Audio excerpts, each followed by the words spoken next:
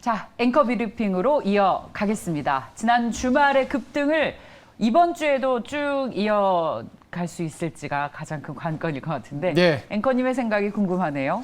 일단 첫 번째 포인트는 말씀하신 것처럼 매크로 쪽의 악재는 서서히 완화되는 모습을 보여주고 있습니다. 3대 매크로 악재라고 제가 표기를 했는데 아시는 것처럼 미국에서의 고물가가 조금은 7%대로 내려왔다라는 거. 그리고 네. 중국이 점진적이긴 하지만 제로 코로나 정책을 조금 폐기하는, 뭐 이를테면 긴밀 접촉자나 입국자의 격리 기간을 7일에서 5일로 완화시키는 등 제로 코로나 정책이 조금은 완화되면서 중국발 수요가 있는 거 아니냐, 이런 얘기가 좀 나오고 있고, 마지막으로는 이제 유럽에서의 전쟁 리스크, 러우 전쟁이 조금 이제 해결의 실마리 내지는 미국의 실질적 권력자라고 할 수 있는 백악관의 제이크 설리반 국가안보보좌관이 타협의 가능성을 얘기하다 보니까, 물론 전쟁이 지금 종식된다는 건 아니지만 우리가 생각하는 그런 악재의 끝을 지나가는 거 아니냐. 그렇다면 매크로단에서 최근에 그리고 올해 내내 뭐 물가가 높게 나오면 중국에서는 또 제로 코로나 정책 쓰고 유럽에서는 또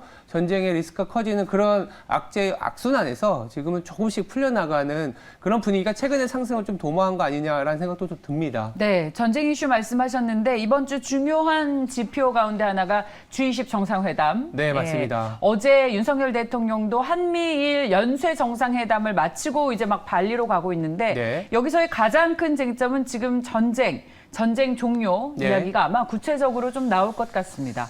일단 러시아의 푸틴 대통령은 참석하진 않았지만 최근에 나오는 분위기는 평화회담 내지는 휴전의 가능성까지 높아지고 있기 때문에 유럽발 정쟁 리스크는 조금은 완화되고 있는 상황이라고 볼 수 있고요. 이런 매크로단의 이슈가 시장의 상승을 일으켰다면 이제부터는 또 항상 돌아오는 문제도 이제 기업 실적을 얘기 안 할 수가 없습니다. 그래서 두 번째는 기업 실적은 아직까지는 악재라고 제가 한번 얘기를 드려보고 있는데, 아시는 것처럼 뭐 이 지금 나오는 실적들이 계속 하향 조정이 되고 있어요. 지난주까지 보면 글로벌 국가들의 이제 실적이 나오지 않습니까?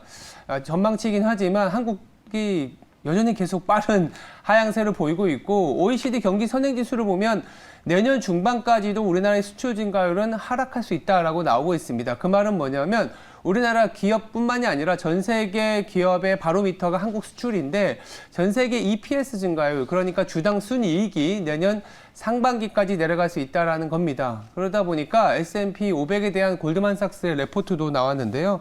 내년에 대한 EPS 증가율이 0%대로 전망한다. 기존엔 그래도 소폭이나마 증가를 전망했었던 거에 비해서는 다소 비관적으로 더 바뀐 건데요.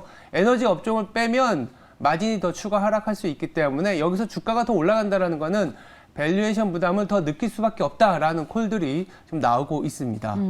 그런 얘기에 뒷받침하는 게 최근의 수급인 것 같은데요. 네. 요즘 주식시장에서 대형주든 그동안 많이 빠졌던 종목들이든 많이들 사고 있는데 이게 네. 진짜 실적이나 어떤 앞으로 추세적인 상승을 노리고 사는 것보다는 많이 떨어져서 공매도했던 세력들이 이른바 쇼커버링을 쳐서 상승하는 것이다. 그렇게 따지고 본다면 추가적인 상승 동력이 좀 제한되겠죠. 네, 맞습니다. 말씀하신 것처럼 실적 베이스로 주가가 움직인 게 아니라 네. 예를 들어서 여기서 물가가 더 안 좋게 나와서 지수는 하방으로 더 갈 수 있다. 그러면서 실적이 안 좋았던 종목들에 대해서 공매도가 더 많이 이제 쇼피팅이 됐었는데 예상보다 이제 물가가 생각보다 더 낮게 나오니까 시장이 전체적인 상승 랠리가 나왔던 거죠. 그러면서 손실을 거두면서 올라간 거라서 이게 더 유지가 되면 좋겠지만 유지가 되려면 결국은 또 실적이지 않습니까? 근데 실적은 4분기 그리고 내년 1분기까지도 하향 조정될 가능성이 높기 때문에 시장이 더 위로 올라가는 부분들이 조금 제한적이다라는 얘기가 나오고 있는 거고요. 그래서 세 번째 포인트는 베어마켓 랠리라는 얘기가 아직까지는 유지가 되고 있는 것 같습니다. 이 베어마켓 랠리라는 건 뭐냐면 진짜 바닥을 잡고 추세적인 상승으로 가는 불마켓이 아니라 중간중간 약세장에서 하락폭이 크다 보니까 나오는 반등 랠리를 베어 마켓 랠리라고 하는데 이 말은 뭐냐 하면 지금 우리나라 같은 경우에 2,500을 앞두고 있고 미국은 S&P가 4,000을 앞두고 있는데 미국에서도 S&P 500이 4,000을 뚫긴 하겠지만 200이 있는 4,000 한 80선까지는 보겠다. 그렇지만 그 이상 가기에는 우리가 얘기했던 수급적인 거 이외에는 더 갈 수 있는 내용이 없어라는 게 핵심입니다. 우리나라도 이 2,500을 넘어서게 되면 PBR이 1배에 가까워지기 때문에 밸류에이션 부담을 다소 느낄 수밖에 없는 상황이고 물론 심리라는 거는 좋아지는 부분을 반영하면 조금 더 올라갈 수는 있겠죠. 다만 예. 이 올라가는 부분을 동력을 찾으려면 두 가지 포인트가 있어야 됩니다. 가장 중요한 건 연준이 금리를 동결해주는. 그러니까 금리를 인상을 덜 한다라는 내용으로 올라왔다면 지금부터는 동결 내지는 인하를 해줘야 되는 부분인데 그는 올해 내에 기대하기는 좀 어렵지 않습니까? 두 번째는 뭐냐면 그럼에도 불구하고 연준의 스탠스에도 불구하고 생각보다 기업 실적이 잘 나와준다면이라는데 네. 지금 기업 실적은 아시는 것처럼 계속 하향 조정이 일어나고 있기 때문에 당분간 우리나라 시장이 2,500까지 온 거는 굉장히 좋은 포인트이긴 하지만 이 이상 더 올라가기 위해서는 기업 실적을 체크해야 되는 즉 4분기 실적을 보기 전까지는 조금은 뭐랄까요 옥신각신 옥석가리가 필요한 시장이 되지 않을까 이렇게 보고 있는 상황입니다. 네. 호재와 악재가 혼재해 있습니다. 네. 예, 거시적인 지표, 특히 우리가 주목했었던 미국에서 물가 지표가 생각보다 많이 떨어져서 인플레이션에 대한 피크 아웃은 우리가 이제 확신을 할 수 있게 됐는데 네. 그렇다면 추가적인 상승의 동력을 찾기 위해서는 이외에 다른 것, 그야말로 기업들의 실적일 텐데 이건 지금 뒷받침해주기 쉽지 않다라는 맞습니다. 말씀으로 정리를 해주셨습니다. 그래서 그런지요, 주말 동안 또 기사들의 톤들이 많이 바뀌었어요. 많이 바뀌었죠. 예, 외신을 보니까 네. 베어마켓 랠리가 이제 끝나고 네. 다시 한번 신저점까지 떨어질 수 있다는 전저점. 그런 경고들을 하고 있어요. 일단 뭐 내용은 비슷한 것 같아요. 이제 올라오다 보니까 밸류에이션이 비쌌고 지금 최근에 쇼커버 올라온 종목들 보니까 이거는 실적 갖고는 답이 안 나온다. 이런 생각이 들다 보니까 결국은 쇼커버가 랠리가 마무리되는 최근에 우리가 공매도가 가장 심했었던 신용장고가 높았었던 기업들이 올라온 부분은 좀 소위 말해서 좀 차익 실현 좀 하고 일단 이제 실적이 잘 나올 수 있는데 밸류에이션이 낮은 업종 중심으로 가보자 이렇게 얘기를 하고 있는 상황이거든요. 뭐 항상 그러죠. 실적주로 대응을 하면 하락할 때도 좀 방어가 되고 만약 여기서 우리가 예상하지 못했던 또 큰 호재가 나올 수 있지 않습니까? 뭐 G20에서 갑자기 악수하면서 우리 전쟁이 이제 끝나자 뭐 이럴 수도 있는 거기 때문에 아니면 중국의 제로 코로나 정책이 생각보다 빨리 종식되면서 네. 위안화가 강세로 가면 원화가 더 하락할 수 있거든요. 그러니까 예. 원달러 환율이.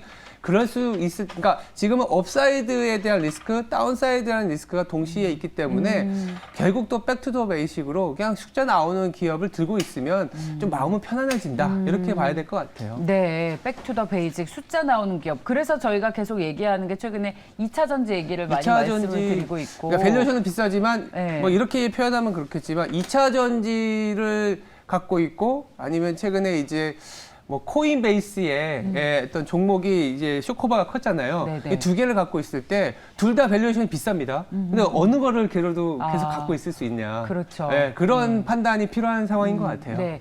네, 저희가 하도 2차 전지에 대해서 좋은 얘기를 많이 하다 보니까 요즘 네. 댓글이 네. 만약에 우리가 이러면 앵커들이 책임질 거냐, 뭐 이런 얘기들을 하고 계시더라고요. 그러니까 그만큼 심리가 지금 불안함도 같이 있는 것 같아요. 네. 예. 그래서 지금 저희가 조금 더 가시성이 있는 성장성이 눈에 보이는 그런 기업들을 발굴하려고 저희도 노력을 계속 하고 있습니다. 네. 자, 그렇다면 앵커 브리핑은 이번 주에는 지난주의 성장성, 지수의 상승이 있었지만 네. 좀 경계하는 시각들, 기업 실적 둔화에 대한 우려들도 좀 나오고 있다라는 소식으로 전해드리면서 마무리를 하겠습니다. 앵커 브리핑이었습니다.